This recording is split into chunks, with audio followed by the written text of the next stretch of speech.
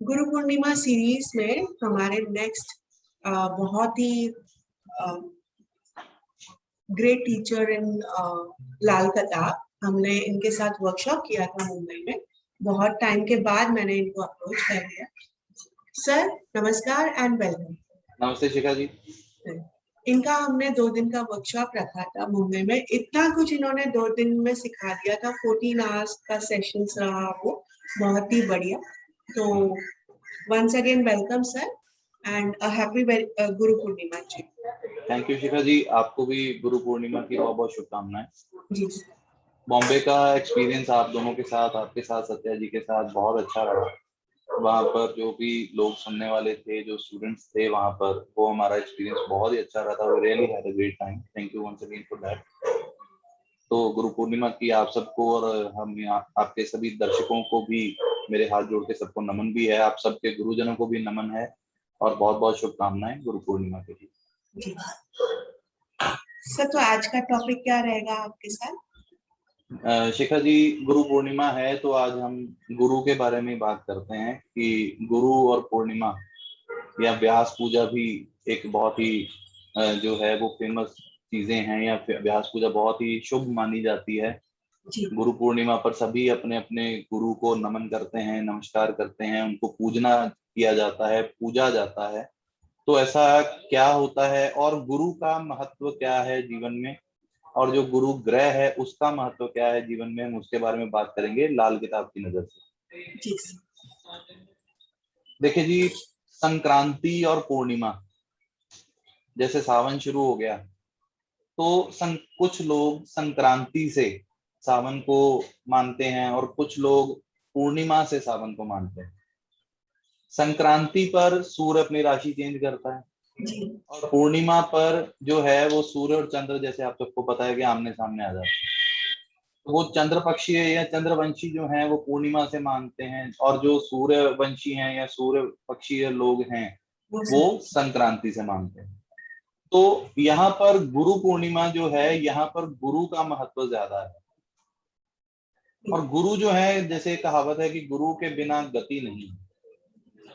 किसी भी आपको इल्म को, किसी भी स्टडी को, किसी भी विद्या को अगर आपको सीखना है तो उसके लिए गुरु का होना बहुत जरूरी है। गुरु के बिना ज्ञान नहीं होता। अब गुरु जो है वो क्या है? गुरु है विद्या लाल किताब के लिहाज से, और सूर्य जो है वो ज्ञान है, सूर्य आत्मा है। और इन दोनों के मेल के बिना आप अधूरे हैं। अगर आप सूर्य की रोशनी देखें और उसको अगर हम डीप तरीके से अगर देखें, गहराई से, अगर गहरी नजर से देखें, तो क्या दिखेगा कि सूर्य जो है उसकी जो रोशनी हम तक पहुंचती है, सूर्य खुद तो पहुंचता नहीं, धूप ही पहुंचती है। और धूप का रंग जो है सुनहरी है, और सुनहरी रंग जो है वो गुरु का है, जुपिटर का।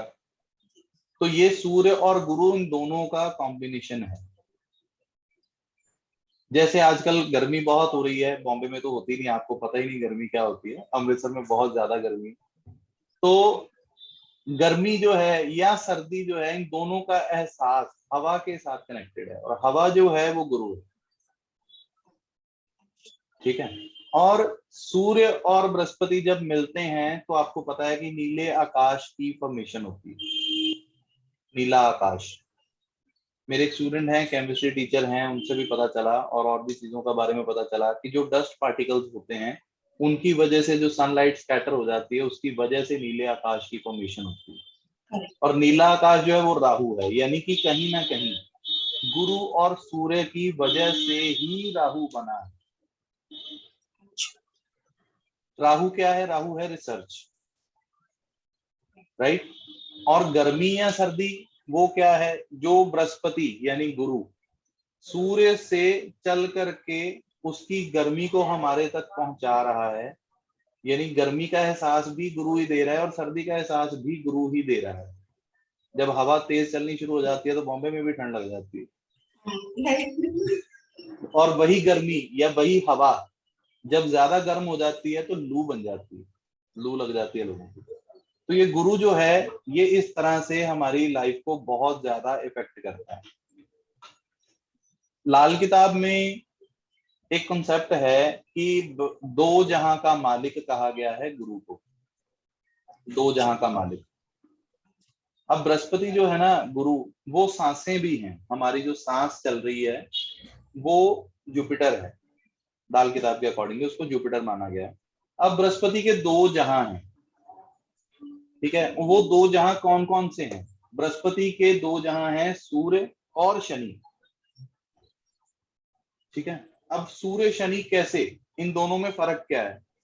अगर आप लोग योग करते हैं, योगाभ्यास, योगा प्रैक्टिस करते हैं, तो क्या होता है कि आप लोग ना रोज सुबह अनुलोम विलोम करते हैं, या इसको कपालभाति वोटवर जो भी कहते हैं, मैं तो करता हूँ, अनुलोम विलोम करते हैं। तो उसमें एक सांस अंदर जा रही है, एक बाहर आ रही है, ठीक है। आप जब इसको प्रैक्टिस करेंगे तो आपको पता चलेगा कि हमारी लेफ्ट नॉस्ट्रिल चल रही है या राइट नॉस्ट्रिल चल रही है, यानी एक तरफ से सांस अंदर जाती है और दूसरी तरफ से बाहर आती है। तो जो सांस अंदर जा रही है वो है सूर्य, यानी वो हमारी ऑक्सीजन हम लोग खींच रहे हैं, तो कहीं ना कहीं ऑक्सीजन सूर्य को रिप्रेजेंट कर रही है। और जो सांस बाहर आ रही है वो है कार्बन डाइऑक्साइड, तो वो शनि है, यानी कि कार्बन डाइऑक्साइड में हम लोग जी नहीं रहे, और शनि को मौत का कारक माना गया। और लाल किताब में चंद्रमा को उम्र का कारक माना गया। यहाँ पर एक फर्क है, लोग उम्र को चंद्रमा से कैलकुलेट करते हैं, लेकिन मौत का कारक शनि है और उम्र का कारक चंद्र है। तो ये बृहस्पति के दो जहां हैं, सूर्य और शनि, आना और जाना, और इन्हीं दोनों जहानों की बैलेंसिंग जो है वो जुपिटर करता है,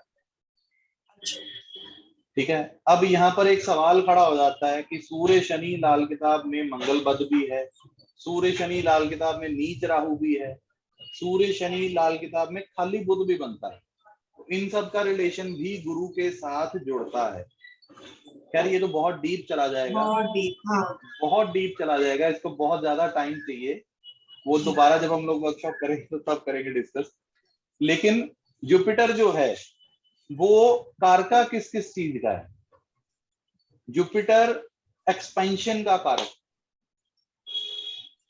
आपकी लाइफ में किसी भी चीज को एक्सपैंड करना, आपकी वेल्थ है, आपकी हेल्थ है, आपकी बॉडी है, आपका ओवरऑल ग्रोथ है, आपकी सेल्फ ग्रूमिंग है, उन सब के लिए जुपिटर मेजरली रिस्पॉन्सिबल है, ठीक है।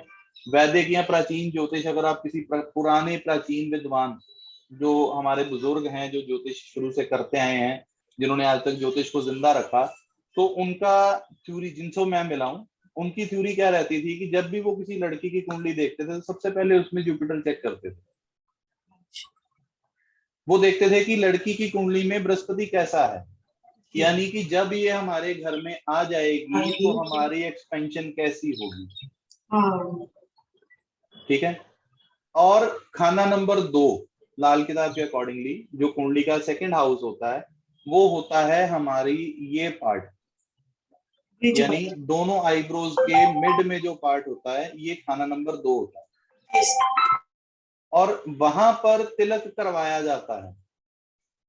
वहां पर तिलक करवाना क्या है कि खाना नंबर 2 यानी सेकंड हाउस जो कि हमारा कुटुंब स्थान है उसको एनहांस करना, इसीलिए इस पार्ट को उन्होंने हमेशा जुपिटर का असर दिया।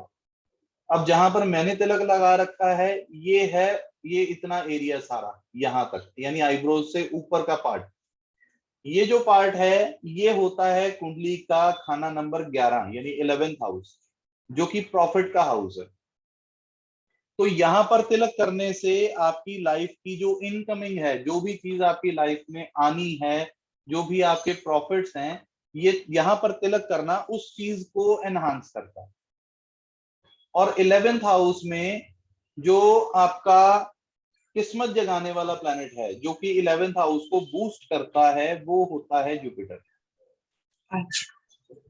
अब जो जुपिटर जो है उसको एनहांस करने के लिए यहाँ पर केसर का तिलक लगाया जाता है, और केसर जो है वो 4th हाउस का एट्रीब्यूट है। जैसे कि लाल किताब में सबको पता है कि हम लोग काल पुरुष कुंडली लेते हैं, उसको सबको मेष लगन माना जाता है, तो 4th हाउस में जुपिटर उच्च का माना जाएगा, उच्च का माना, तो वो राइट। और वहां पर जुपिटर होने की वजह से यहाँ पर केसर का तिलक सोने के ऊपर घिस करके लगाया जाए तो सर 11th ये हाउस हर कोई कर सकता है कि खाली जिनका, कर सकता है, मेन वुमेन दोनों कर सकते दोनों कर सकते हैं, इनफैक्ट हैं? केसर करना का, चाहिए। केसर अगर उनका जुपिटर मैलिफिक है तो? तब भी वो ठीक करेगा, क्योंकि देखिए केसर यहाँ पे हमेशा नहीं चिपका रहेगा। अब हाँ। यहाँ पे आप देख रहे हैं कि स्ट्रिप्स जो हैं वो लगी हुई हैं। मुझे कुछ लोग, इवन मेरे स्टूडेंट्स पूछ लेते हैं ये आपको चिपक कैसे जाता है, तो मैं उनको जवाब देता हूँ मैं एल्फी से चिपका लेता हूँ। अच्छा। एक्चुअली जब ये पानी में पड़ा रहेगा तो वो हम्म। थोड़ा ना नरम पड़ जाता है, जब आप उसको अप्लाई कर देते हो जैसे आपके सामने मैंने लगाया था, जी जी। तो वो अपने आप यहाँ पर जब सूख जाएगा तो चिपक जाएगा। करेक्ट। लेकिन इसको आप सोने के ऊपर यानी प्योर गोल्ड की जैसे गिन्नियां आती हैं, अगर उसके ऊपर आप रब करके इसको लगाओ तो जो केसर ने सिंपली असर देना है उससे 10 गुना ज्यादा असर सोने के ऊपर रब करने से मिलेगा। क्योंकि अच्छा। गोल्ड भी जो है वो वही 4th हाउस जुपिटर की आइटम है। जी। ठीक है। अब जुपिटर जो है उसका और रोल क्या है, हम्म। 5th हाउस जो कुंडली में हमारी औलाद का है, हमारी एजुकेशन का है, 5th हाउस भी जुपिटर का है जी। और उसमें सूर्य का असर भी शामिल होता है। करेक्ट। अब 5th हाउस जो है वो हमारी ना लाल किताब कहती है कि मुस्तकबिल का जमाना, मुस्तकबिल इज फ्यूचर, फ्यूचर का जमाना, यानी आपका फ्यूचर आपके 5th हाउस पर डिपेंड है। क्यों? आपने कहावत सुनी होगी, ये पूरे इंडिया में फेमस है कि अगर आपकी औलाद अच्छी है तो सब कुछ अच्छा है। तो 5th हाउस औलाद, हाँ जी, कॉन्ट्राडिक्शन है फलाशय से, क्योंकि उसको पूर्व पुण्य मानते हैं या पर नारी में फिफ्थ हाउस को फ्यूचर ही मानते हैं, बच्चों का जी हाउस बिल्कुल है। बिल्कुल। तो 5th हाउस जो है लाल किताब उसको कंसिडर करती है कि आपका फ्यूचर, और जो कि आपकी औलाद पे आपके बच्चों के ऊपर डिपेंड है। तो 5th हाउस जुपिटर का होने के नाते जब आप यही केसर का तिलक ही कर लेते हो तो ये कहीं ना कहीं आपके 5th हाउस के ऊपर भी बेनिफिशियल असर देता है। जी। और उसके साथ साथ जब आप अपने गुरु बनाते हो, किसी को भी गुरु धारण कर लेते हो, गुरु धारणा करते हो, और गुरु पूर्णिमा पर जब आप अपने गुरु की पूजा करते हो जी। तो उस वक्त आपका जुपिटर और ज्यादा एनहांस हो जाता है और कहीं ना कहीं आपका 9th हाउस भी एक्टिवेट हो जाएगा जो कि आपका भाग्य स्थान है। यानी गुरु पूर्णिमा पर अपने गुरु की पूजा करने से आपका 2nd हाउस जो कि पैसे का घर है, आपका कुटुंब है, 5th हाउस जो आपकी बच्चों का है और आपकी एजुकेशन का है, आपके फ्यूचर का है, 9th हाउस जो आपके आपके बुजुर्गों का है और आपके भाग्य का है, आपके माँ बाप का है, 11th हाउस जो आपके प्रॉफिट्स का है, ये चारों हाउसेस एक्टिवेट और एनहांस हो जाते हैं, राइट। और 12th हाउस जो है वो गुरु और राहु का है। ठीक है, लाल किताब के रूल्स के अकॉर्डिंगली गुरु और राहु का है 12th हाउस। तो 12th हाउस जो है वो 6, 8, 12 को सभी जो है वो बुरा मानते हैं, लेकिन लाल किताब 12वें घर को बुरा नहीं मानती। हम 12वें घर को मानते हैं आरामगाह। आरामगाह, आरामगाह होता है बेडरूम या ऐसी जगह जहां पर आप आराम करते हो। व्यय स्थान बोलते हैं ना 12वें घर को, खर्च का घर। हाँ जी। अब खर्च कैसे होगा, आपके पास कुछ होगा तो खर्च करोगे, इसलिए हम 12वें घर को अच्छा मानते हैं। अच्छा। तो जुपिटर को एनहांस करने से आपका 12वां घर भी एक्टिवेट हो जाएगा। अब जब पैसा भी है, औलाद भी है, प्रॉफिट्स भी हैं, भाग्य भी है, तो ऑब्वियसली आप खर्च करोगे।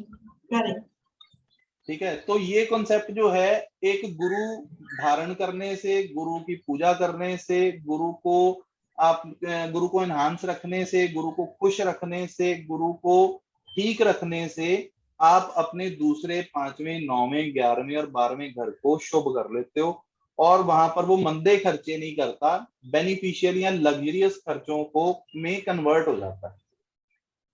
और एक ही गुरु पूर्णिमा यानी साल में जो एक दिन होता है या व्यास पूजा, वहां पर अपने गुरु को नमन जरूर करें, उनको केसर का तिलक या सोने के ऊपर केसर घिसा करके उनका अभिषेक करें, बहुत अच्छा है। हल्दी से अभिषेक करें, जो भी आपके गुरु हैं, जो भी उनकी रिक्वायरमेंट्स हैं या जो भी उनको पूजा करने की विधि है, एज पर देश पात्र काल सब चीजों में डिफरेंस होता है, तो जो भी आपके गुरु को पूजने की विधि है उसको जरूर फॉलो करना चाहिए। उसको फॉलो कर लेने से आपके कुंडली के 5 घर आराम से बिना किसी प्रॉब्लम के एक्टिवेट हो जाते हैं और आपकी लाइफ में स्मूथनेस आनी शुरू हो जाती है।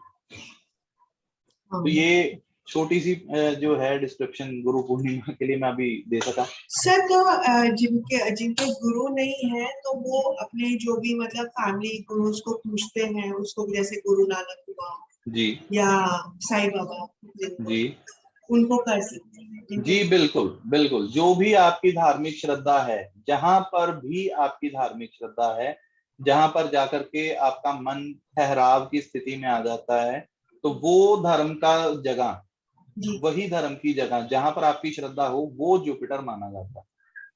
तो अगर आपका ने कोई भौतिक या आध्यात्मिक गुरु नहीं बना रखे तो आप अपने इष्ट देव को भी नमन करके गुरु पूर्णिमा वाले दिन ये सब पॉजिटिविटीज जो हैं वो गेन कर सकते हैं।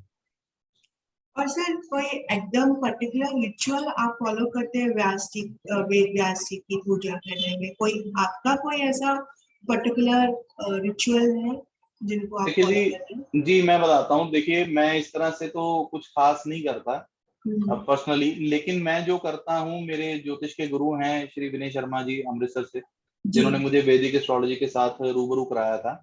जी।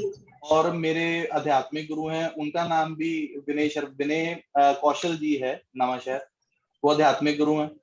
तो उन्होंने मुझे आध्यात्म के साथ जोड़ा, थोड़ी बहुत जो नॉलेज है वो उनसे मिली। तो वो चीजें जो है, मैं उन दोनों की पूजा, उन दोनों की सेवा, उनको खुश करने की प्रयास मेरा रहता है। और जो मेरे इष्ट देव हैं बाबा रोडेशा जी, जो अमृतसर के बिल्कुल नजदीक हैं, और वहां जाना जो है वो इस चीज के, वो इस गुरु पूर्णिमा पर बहुत ही शुभ माना जाता है। जी। जहां पर भी आपकी श्रद्धा है वो आपके लिए बहुत ही एक अच्छा एक सोर्स है आपके जुपिटर को एनहांस करने का। तो ये आप अपने अपने इष्ट के अकॉर्डिंगली, अपने अपने गुरु के अकॉर्डिंगली, मान लीजिए अगर आपका कोई इस तरह से, मैं नहीं कहता कि ज्योतिष गुरु ही हो, अगर आपके टीचर्स भी हैं, जैसे आजकल बहुत सारे स्टूडेंट्स जो हैं वो यहाँ पर सीख रहे हैं, जैसे बहुत सारे बैचेस चलते हैं, इवन मेरे भी चलते हैं, बहुत सारे लोगों के चलते हैं, बहुत लोग पढ़ाते हैं। तो जो भी आपको पढ़ा रहा है, तो आप उनकी ही सेवा कर लें, उन्हीं को पूज लें, तो आपका जुपिटर वहीं से एनहांस हो जाएगा। बिल्कुल सही।